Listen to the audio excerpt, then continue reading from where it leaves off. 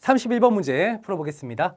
가에 들어갈 기구로 옳은 것은 상당히 쉬운 문제예요. 1점짜리 문제죠. 개화정책 추진기구가 설치되었다.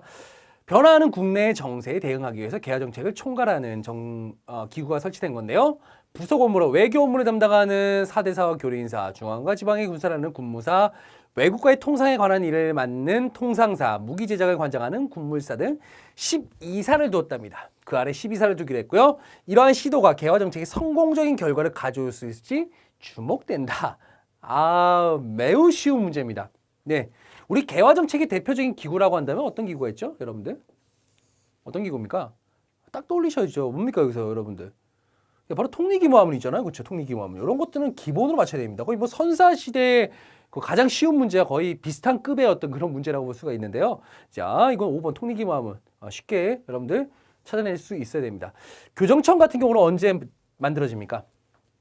요거는요, 1894년 동학농민 그 도중에 만들었던 민심정권이 이제 만들었던 개혁기구라고 볼 수 있겠죠.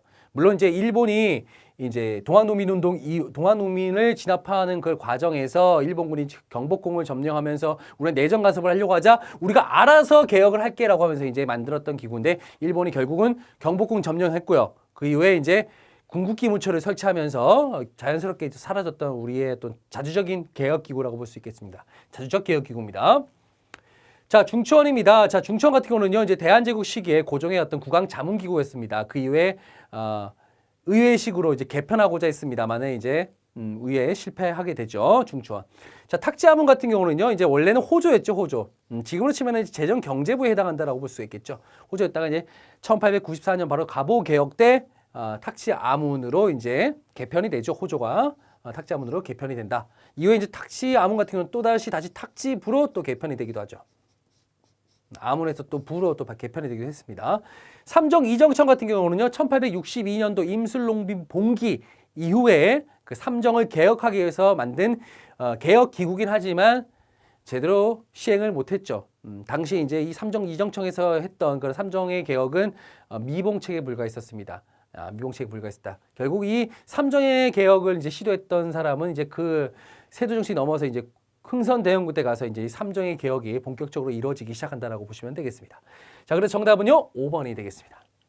32번입니다. 가사건의 정계 과정에서 발표된 정강의 내용으로 옳은 것을 보기에서 고른 것은 일본이 어찌 조선을 위해 충직한 정성으로 힘써 돕겠는가? 사실은 조선과 청양국의 악감정을 도발하여 이익을 취한 것이다. 개화당이라고 나왔습니다. 개화당 키워드 나왔네요. 개화당은 이와 같은 일본인의 깨를 알지 못하고 일본의 힘을 빌려 무엇을 했다가 실패했답니다.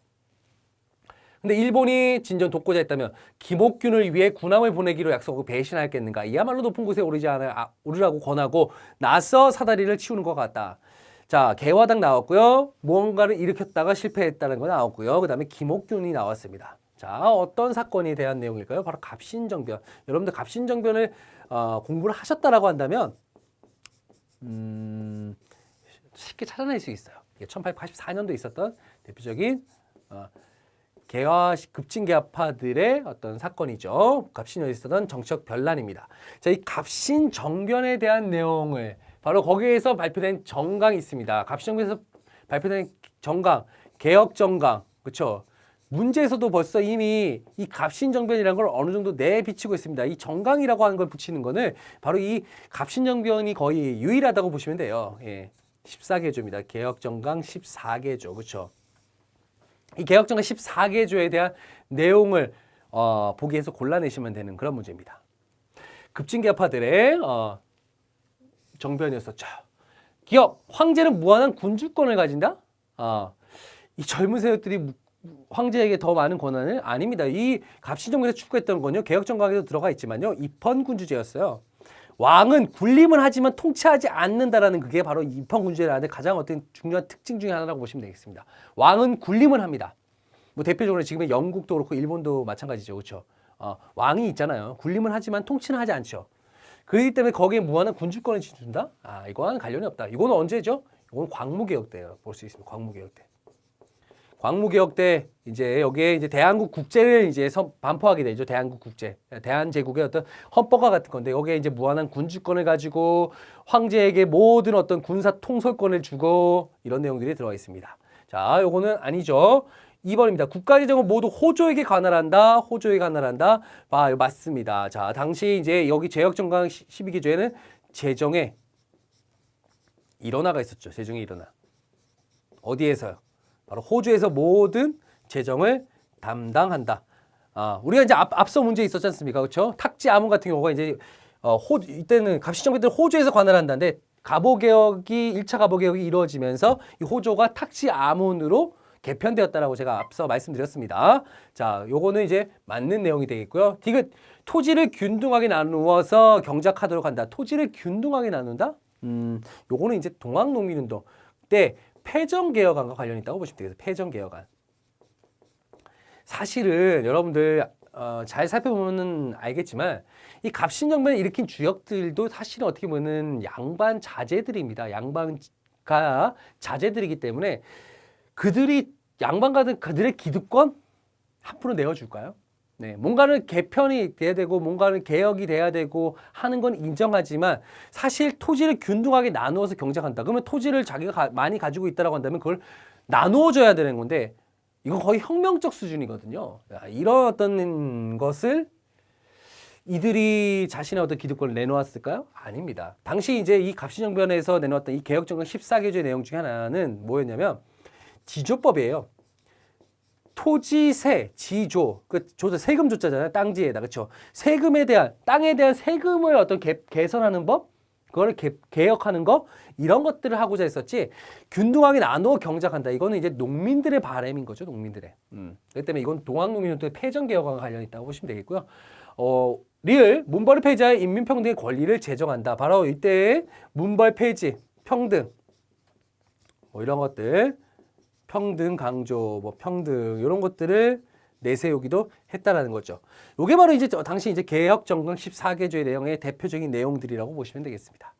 자, 그래서 이것도 맞는 내용이고요. 그렇기 때문에 여러분들 개혁정강 14개조의 내용들 물론 공부하실 때 체크를 꼭 제가 가벼운 중요한 것들만 체크했지만 여기에 더 추가해서도 여러분들 좀 공부를 하시면은 여러분들 공부하시는 뭐 문제 푸시는데 전혀 지장이 없습니다. 나중에 또 같은 비슷한 문제가 나올지라도요. 예, 그렇기 때문에 정답은 뭐가 되죠? 니은과 리을 몇 번이죠? 네, 4번이 정답이 되겠습니다. 33번이다. 밑줄근 개혁의 내용으로 옳은 것은 이 책은 장정조단으로 1893 정책 입안 및 의결을 담당했던 군국기무처에서 결정한 개혁들을 모아놓은 것입니다. 군국기무처 개혁, 갑오개혁이죠. 1894년이죠. 자, 갑오개혁에 대한 내용을 찾으시면 됩니다. 과거제 폐지하였다? 정답이 바로 나왔네요. 과거제 폐지. 1차 갑오개혁에서 과거제를 폐지하게 되죠. 두 번째, 별기군을 창설하였다. 별기군 창설한 건요, 바로 이제 1880년도에 통리기마문이 만들어지면서 그때 그 통리기마문을 통해서 이제 막 여러 개혁들이 펼쳐집니다. 그때 이제 바로 초기 개화 정책이죠. 초기 개화 정책. 초기 개화 정책의 어떤 모습이다. 라고 보시면 되겠습니다.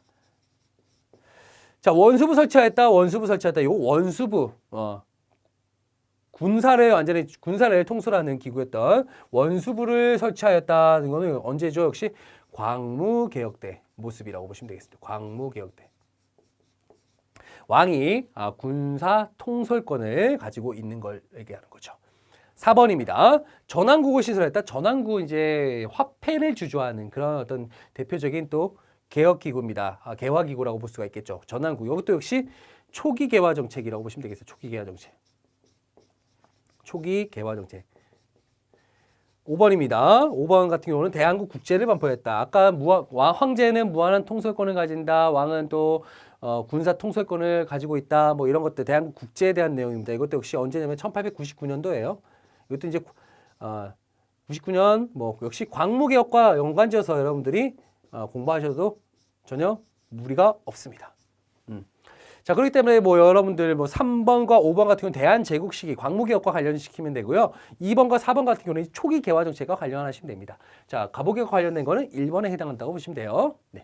34번입니다. 밑줄근 이 신문으로 옳은 것은 사진은 양화진 외국인 선교사 묘원에 위치한 영국인 베델. 나왔네요. 자, 그리고 베델과 양기탁은 이 신문을 창간하여 일본 국권 침탈을 비판하고 국채보상 운동을 전국으로 확산시켰다. 너무 쉬운 문제. 이 점이죠. 너무 쉬운 문제. 어떤 신문이죠? 대한 매일 신부입니다. 자, 근대 시기에 어떤 그 대표적인 또 언론의 어떤 그런 모습인데 그 중에서 대한매일신문은 상당히 항일 운동에 상당히 적극적이었었고요. 그다음에 의병 운동에 상당히 우호적인 모습을 보였었고요. 그다음에 국채부상 운동을 전국적으로 확산시키는데 상당히 또 기여했던 대표적인 신문이라고 보시면 되겠습니다. 이게 가능했던 이유는 바로 이 영국인 베델이라는 거죠. 당시 발행인이 영국인 베델이었고 사장이 양기탁이었습니다. 그런데 이 영국 같은 경우는 당시 이제 일본과 동맹 관계였었거든요. 영일 동맹, 그렇죠? 1차, 2차 뭐 영일 동맹을 통해 상당히 또 끈끈한 동맹 관계를 맺고 있었기 때문에 영국인 베델이 상당히 이 일본의 입장에서는 눈의 가시 같은 존재였어요. 그래서 나중에는 이 대한매일신보의 어떤 이런 모습을 그냥 두고 볼 수 없어서 결국 베델을 어떻게 합니까? 예, 영국으로 추방시키죠. 네, 추방시킵니다. 각가지 이유를 만들어서요. 그리고 이제 뭐 양기탁 같은 경우는 이제 횡령 혐의를 뒤집어 씌워가지고 예, 또 구속시켜 버리고요. 뭐 이런 모습들 보이고 있습니다. 그리고 대한매일신보 정답 뭐 쉽게 찾을 수가 있습니다. 대한매일신보 5번이 정답이 있고요. 한번 보겠습니다. 1번부터 여러분들 요것도 요 언론기관의 어떤 모습들 꼭 살펴보셔야 돼요. 한성수보 같은 경우는 뭘까요? 한성수보 우리나라 최초의 신문입니다. 최초의 신문인데 관보예요. 관보. 이게 정부에서 펴낸 거라는 거죠. 정부에서 펴낸 거. 자, 그리고 순보라고 하는 거는 며칠에 한 번씩 나왔다? 매일 나온 건 아니고 우리가 매일 나온 건 아니고 예. 10일에 한 번씩. 순보가 10일에 한 번씩 나온 거거든요. 자, 관보적 성격을 가지고 있고 우리나라 최초의 신문이면서 10일마다 발행이 되었다. 이렇게 받으시면 되겠고요. 독립신문도 우리나라 최초의 민간신문입니다. 이거는 최초의 신문이라고 한다면 이건 최초의 민간신문, 민간신문, 민간에서 펴낸 거예요. 자, 그리고 목적은 계몽을 목적으로 했었다. 계몽, 대중에 대한 계몽을 목적으로 했었고요. 이외에 이제 순한글, 예, 순한글판이 있었고요. 또 이제 대외적인 어떤 그런 모습을 대외적으로 또 알리기 위해서 영문판도 있었다는 거, 영문판. 디 인디펜던트라고 하고 영문판도 있었습니다. 제국신문 같은 경우는 이제 역시 이것도 순한글입니다. 제국신문이라고 하니까 역시 대한제국시기에 발행한 신문이라고 볼 수 있겠죠. 순한글. 그리고 이제 부녀자. 왜냐하면 부녀자 서민을 대상으로 했기 때문에 부녀자라는 거 서민 같은 경우는 한자보다는 한글은 훨씬 쉽죠. 한자 잘 못 읽지 않습니까? 그렇죠. 황성신문 같은 경우는 이제 지식인층이 대상이 되었었고요. 뭐 대표적인 이 황성신문을 떠올릴 때는 여러분들이 꼭 떠올리셔야 되는 게 뭡니까? 장지연의 시일야 방성대고. 예, 오늘에서야 목놓아 운다. 시일야 방성대고 같은 경우 황성신문의 논설로 기재되었죠. 시일야 방성대국은 뭐를 얘기하는 거죠? 바로 을사늑약, 1905년도에 체결된 을사늑약의 부당함을 호소하기 위해서 이렇게 황성신문의 논설로 게재했었습니다. 장지연이라는 인물입니다. 자, 그래서 1, 2, 3, 4번 아니고 5번이 정답이 맞죠? 예.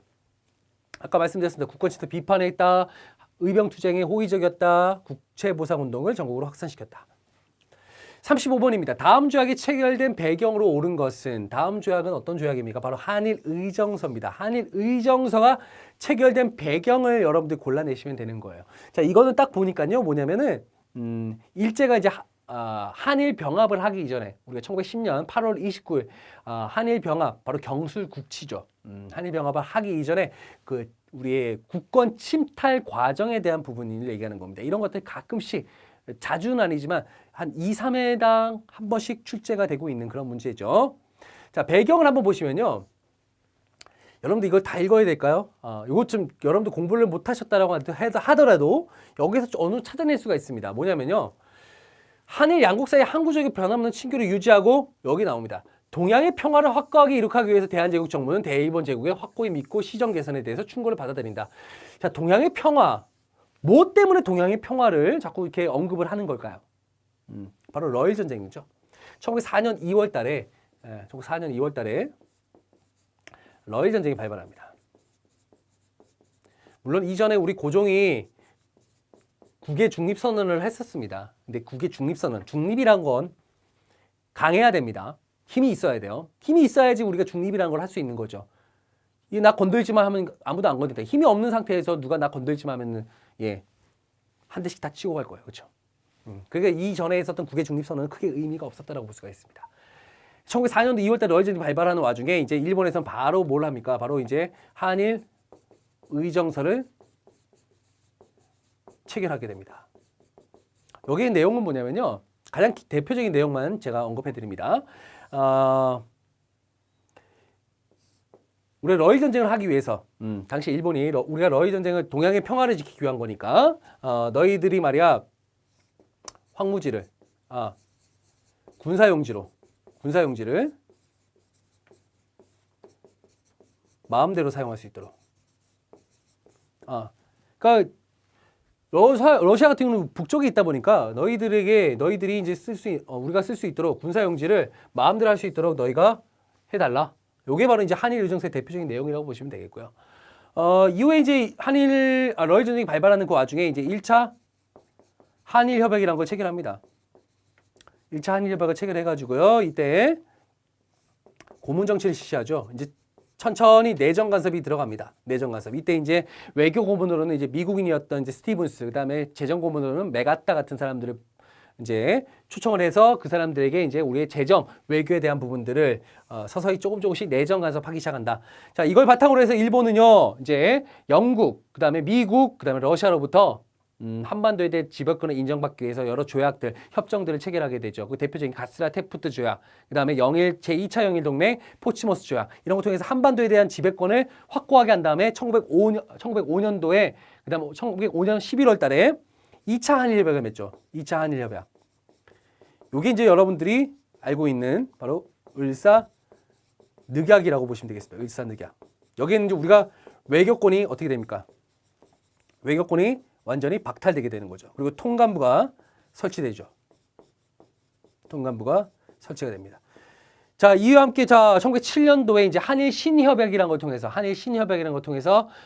우리의 행정권 바로 차관 정치가 시작됩니다. 그럼 행정권이라고 하는 거는 살림살이에요. 이제 그 관서, 기관들 곳곳에다가 일본인을 심어두기 시작한다는 거죠. 우리의 살림권을 다 뺏어간다는 거죠. 그와 함께 이제 군사까지 해산시켜버리면서 그다음에 1909년 기후각서를 통해서 우리의 사법권까지 완벽하게 박탈하고 그 이후에 이제 경찰권까지 박탈하면서 1910년 8월 29일에 드디어 병합을 하죠. 우리를. 그다음에 이제 그걸 이제 우리말로 우리가 경술연도에 있었던 국가의 치욕이다. 라고 얘기하고 있습니다. 그 과정들이 있습니다. 그 과정들 여러분들 반드시 체크를 꼭 해두셔야 된다는 걸 말씀드리겠습니다. 자, 이거 배경은요. 다시 정답은 1번이 되겠죠. 러일 전쟁, 영일동맹 언제입니까? 바로 이제 한일협약 이후 한반도의 지배권을 인정받기 위한 거니까요. 3번도 마찬가지고요. 4번 같은 경우는 이것도 잘 알아두셔야 돼요. 뭐냐면 고종이 헤이그에 특사를 파견하였다고 합니다. 헤이그 특사 파견. 이유가 뭡니까? 3명의 특사를 파견하죠. 이상설, 이위종, 그 다음에 이준 이 3명의 그 특사를 당시 만국평화회의가 열리고 있었던 네덜란드 헤이그로 파견하면서 우리 을사늑약의 부당함을 호소해라 라고 하지만 회의장에 들어가 보지도 못하고 결국은 그 중에서 이준과 이위종 같은 분들은 결국 거기에서 죽고 말죠. 네. 이상설만 살아남아서 계속해서 독립운동을 펼쳐나가는데 헤이그 특사 파견 이후에 이제 어떻게 됩니까?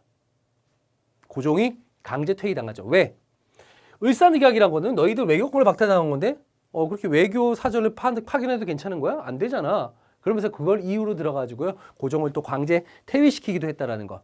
여러분들 이것도 같이 그 흐름들 또 파악을 해두시면 좋습니다.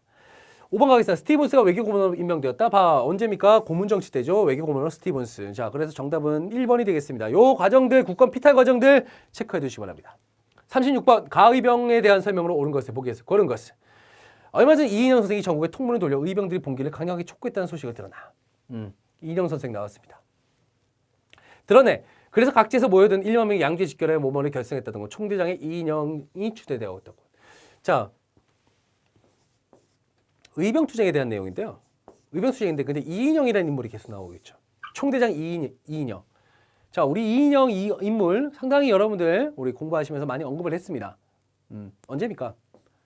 1907년도 정미의병 때 얘기입니다. 정미의병 때 총대장 이인영, 부대장 허위, 그렇죠? 예, 바로 이때인데 당시 이제 총대장이었던 이인영 같은 경우는 이제 무엇을 했죠? 이제 의병 봉기를 촉구했었죠. 촉구했던 그 시기인데 이때 13도 창의군을 결성합니다. 물론 당시에 이제 많은 의병들이 조성되기도 했지만요. 여기 창의군에다가 이유가 이제 그때 이제 여기에 이제 누가 합류했습니까? 군대가 여기에 합류를 하게 되죠. 군대라고 한다면 이제 1907년도 한일 신협약 이후에 이제 군대가 해산되지 않습니까? 정규 군대가 우리나라의 정규 군대가 해산되면서 그 군대가 바로 23조 창의군에 또 합류를 하게 되면서 정규의병 같은 경우는 이제 의병 전쟁화라고 하는 그런 모습을 띠고 있습니다. 여기에 이제 이걸 이제 13단 의군이 결성된 다음에 무엇을 추진한다? 서울 진공작전을 추진하게 되죠. 자, 이제 뭔가 좀 해보려고 하는데 그 당시 이제 총대장이었던 이인영이 어떻게 됩니까? 부친상을 당하게 되면서 고향으로 총대장직을 버리고 고향으로 가십니다. 자, 대장이 좀 이렇게 뭔가 하려고 하다가 결국 뭐 도망가게 됐죠. 도망가다기보다는 이제 가게 됐죠. 아버지는 지금 내가 장사를 치르지 않으면은 난 불효자가 되지만 나라는 언제든 되찾을 수 있다. 뭐 이러한 어떤 하나의 자신의 어떤 그런 명분을 가지고 이제 가시게 됩니다. 결국 서울 진공작전 결국 어떻게 됩니까? 실패로 끝났죠. 요 정미의병에 대한 내용들 1907년을 보기에서 골라내시면 됩니다. 자, 보겠습니다. 서울 진공작전 추진하였다. 정답이 맞고요. 해산된 군의 일부가 합류하였다. 맞는 내용입니다. 자, 방금 제가 언급했다는 거죠. 규영리은 정답이 맞네요. 그럼 정답이 찾았네요. 예, 찾았습니다. 정답 1번이고요. 자, 디귿리을도 볼게요. 공화정 수립을 목표로 활동하였다. 공화정 수립을 목표로 활동하였다라고 한다면은 한일 병합 전과 한일 병합 후의 어떤 그런 모습입니다. 한일 병합 전에는요. 어떤 단체가 있어요? 신민회입니다. 신민회. 물론 신민회 같은 경우는 1907년도에 이제 조직이 돼서 이제 한일 병합 이후인 1911년도에 백오인 사건으로 해체가 되지만요. 신민회가 있고요. 그다음에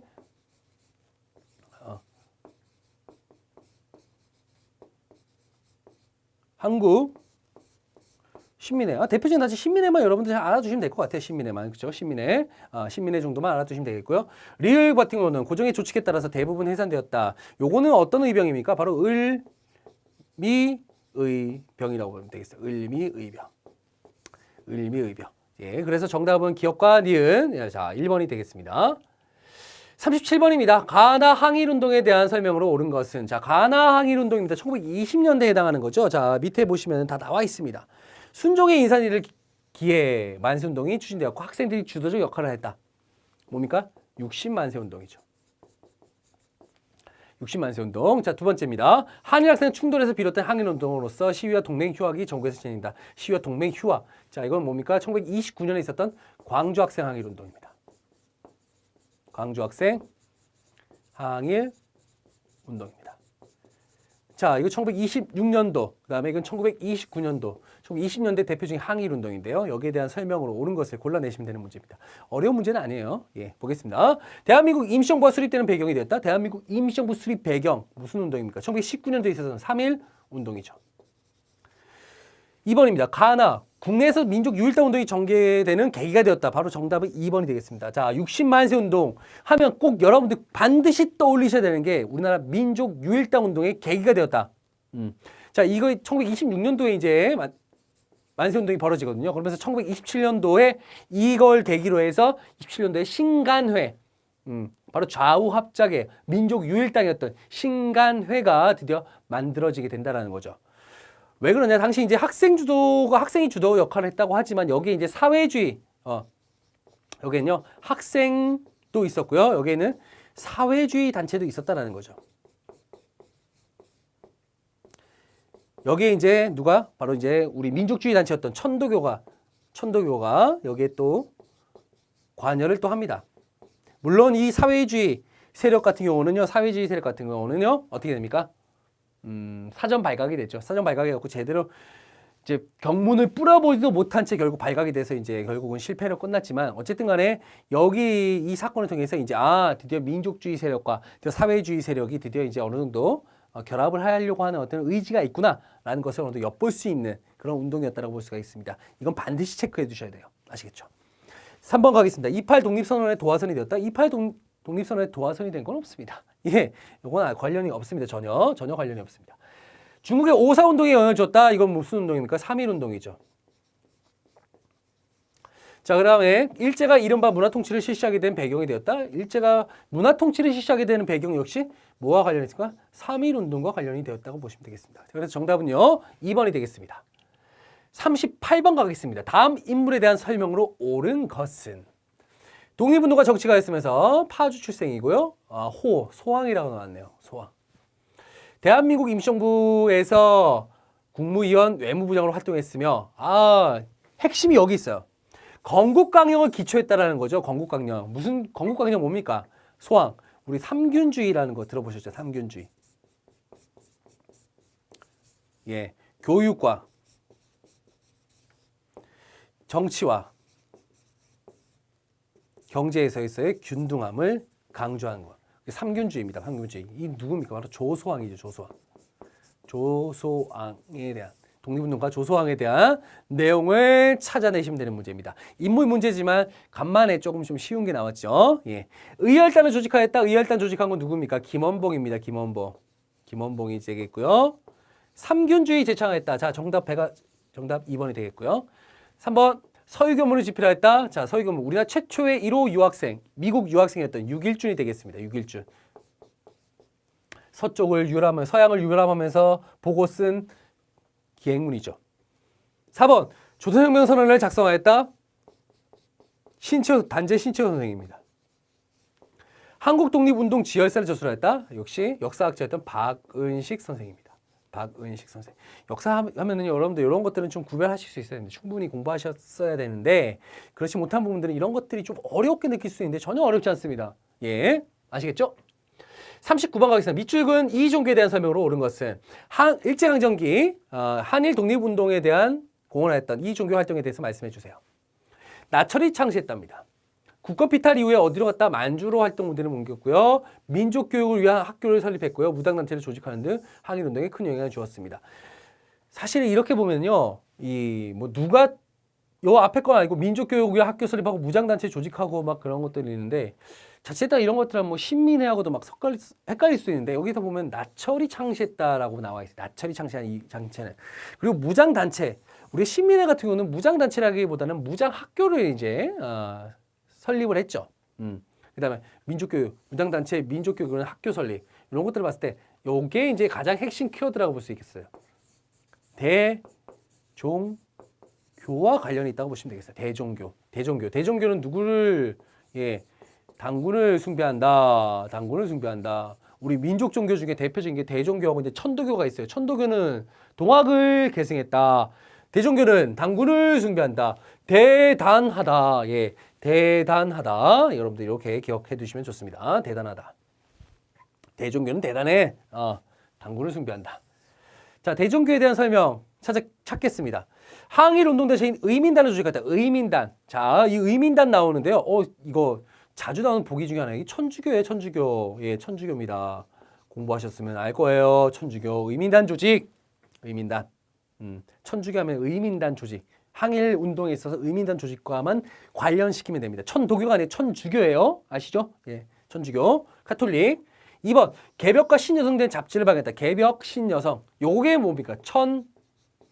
천도교가 되겠죠. 천도교. 개벽, 신여성. 그다음에 소년운동. 그래서 어린이날 제정하지 않습니까? 소파 방정원 선생. 3번 배제학당을 세워 신학문을 보고받았다. 배제학당 이런 것들 뭐 학교들 뭐 배제학당, 이화학당 그렇죠? 개신교지만 개신교. 자, 4번입니다. 당군 숭배를 통해 민족의식을 고취했다. 제가 말씀드렸어요. 당군 숭배 4번이 정답이 되겠네요. 5번 위정석사를 내서 영남만인소를 했다. 영남만인소 같은 경우는 이제 뭡니까? 조선 책략을 통해서 이제 미국과의 조약을 체결한다고 하니까 거기에 이제 반대해서 이제 올린 성리학자들, 그렇죠? 양반 유생들이 올린 상소문들이에요. 예, 영남만인소. 요거는 이제 뭐와 또 관련됐다. 굳이 이제 종교는 아니죠. 근데 한다면 유교와 관련이 있다라고 볼 수가 있겠죠. 유교. 그렇죠? 자, 39번 정답 그래서 4번이 되겠습니다. 40번입니다. 가나 독립군 부대의 공통점으로 옳은 것은 나는 북만주 지역에서 활동한 땡땡땡의 사령관으로서 쌍성보 대전자령 등지에서 일본군을 크게 물리쳤습니다. 지청천 장군입니다. 어떤 부대입니까? 한국 독립군입니다. 두 번째, 나는 남만주 지역에서 활동한 땡땡땡의 사령관으로서 총사령으로서 영릉가 전투, 흥경선 전투에서 승리를 이끌었다. 자, 이거는 뭐냐면 조선 혁명군에 대한 내용입니다. 자, 이 두 단체인데요. 이 단체는 언제 활동했습니까? 바로 1930년대 초입니다. 자, 요걸 한번 배경을 요 문제, 이 조선혁명군, 한국 독립군 문제 너무나 많이 출시되고 있거든요. 자, 이거에 대한 기본적인 어떤 상식들, 기본적인 내용들 가볍게 저와 함께 정리를 하고 가시기 바랍니다. 1930년대 초입니다. 그 다음에 1930년대 초의 모습인데, 자, 일본이 드디어 1930년대 초에 드디어 본색을 드러내기 시작하죠. 본색을 그 전부터 드러냈긴 했지만요. 31년도에 어디를 침략해요? 네, 만주사변을 일으켰나, 만주사변. 만주사변. 드디어 대륙 침략의 첫 발을 내딛게 되는 거죠. 일제가. 자, 이렇게 되니까 그동안 우리가 1910년, 20년대 이렇게 이제 만주 지역, 그다음에 간도 지역에서 이제 독립운동을 하는 그 모습을 이제 중국인들이 쫙 봐왔을 거 아니에요. 자, 중국인들은 우리의 어떤 독립운동에 대해서 어떠한 심정이었을까요? 예, 마음적으로는 상당히 응원해 줍니다만은 그냥 멀리서 그냥 바라만 보는 그런 정도의 어떤 모습이었다라고 볼 수가 있습니다.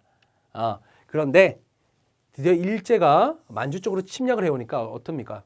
예, 바로 중국 내 항일 감정이 올라가게 되겠죠. 고조가 되기 시작합니다. 자, 이러면서 여기에 힘입어서 한일이 아니죠. 한중 연합군이 결성이 되기 시작합니다. 바로 이 한국 독립군과 조선혁명군이 바로 한중연합군의 어떤 형태로 바로 일본군과 싸웠다라고 보시면 되겠습니다. 여기서는 이제 뭐 쌍성보 대전자능 전투가 있겠고요. 영릉과 홍경성 전투가 대표적이라고 볼 수 있겠죠. 자, 그래서 옳은 것은 바로 정답은 1번. 바로 첫 번째 1번이 정답이 되겠고요. 자, 두 번째 보겠습니다. 2번 나머지 살펴볼게요. 고종의 밀지를 받아 조직되었다. 이거는 독립의군부입니다. 1910년대 대표적인 국내 독립운동 단체라고 볼 수 있겠죠. 독립의군부. 자, 그다음에 조선혁명 간부학교를 설립하였다. 조선혁명 간부학교 하면은 여러분들 떠올리는 의열단 떠올리시면 되겠고요. 미군과 연합하여 국내 진공작전을 추진하였다. 이거는 1940년대죠. 이거는 한국광복군. 임시정부 산하에 있었던 한국광복군의 어떤 활약이라고 보시면 되겠고요. 5번 러시아에 무장해지를 당하여 세력이 악화되었다. 러시아에 의해서 무장해지당해서 세력이 악화됐다. 그래서 자유시 참변을 당하게 되죠. 자유시 참변. 요때는요. 대한 독립군단입니다. 우리가 이제 1920년대 초에 봉오동 전투, 그 다음에 청산리 전투를 통해서 일본군은 상당히 많은 피해를 입었습니다. 일제에게 많은 피해를 입었었는데 그 외에 이제 일제가 우리의 만주 지역에 있는 독립군 부대를 싹 쓸어낸다는 그런 명목으로서 이제 간도를 완전히 당시 독립군 그다음에 민간인 할 것 없이 완전히 싹 쓸어버리죠. 그게 간도 참변입니다. 그러면서 이제 독립군 부대가 그 자신들의 어떤 활동 지역에 대한 어떤 그 활동 범위가 좀 좁아지니까 위로 올라갑니다. 밀산부 한흥동 쪽으로 올라가면서 대한 독립군단이라는 거를 조성하게 되고요. 여기서 조성된 독립운동 군사들이 어디까지 가냐? 바로 이제 러시아로 가게 됩니다. 러시아. 당시 소련이었죠. 소련으로 가서 우리 좀 도와주세요. 당신은 약소민족 도와준다라고 했잖아요. 갔는데 자기네들끼리 거기서 2년 다툼이 벌어지고 있는 거야. 거기에서 이제 우리가 휘말려가지고 무장해제까지 당하면서 상당히 많은 또 피해를 입었었던 게 바로 자유시 참변입니다. 여기이기 때문에 대한 독립분단과 관련이 있다고 보시면 되겠고요. 그래서 40번의 정답은 몇 번입니까? 예, 1번이 되겠고요. 마지막 41번부터는 또 이어서 또 계속 진행하도록 하겠습니다.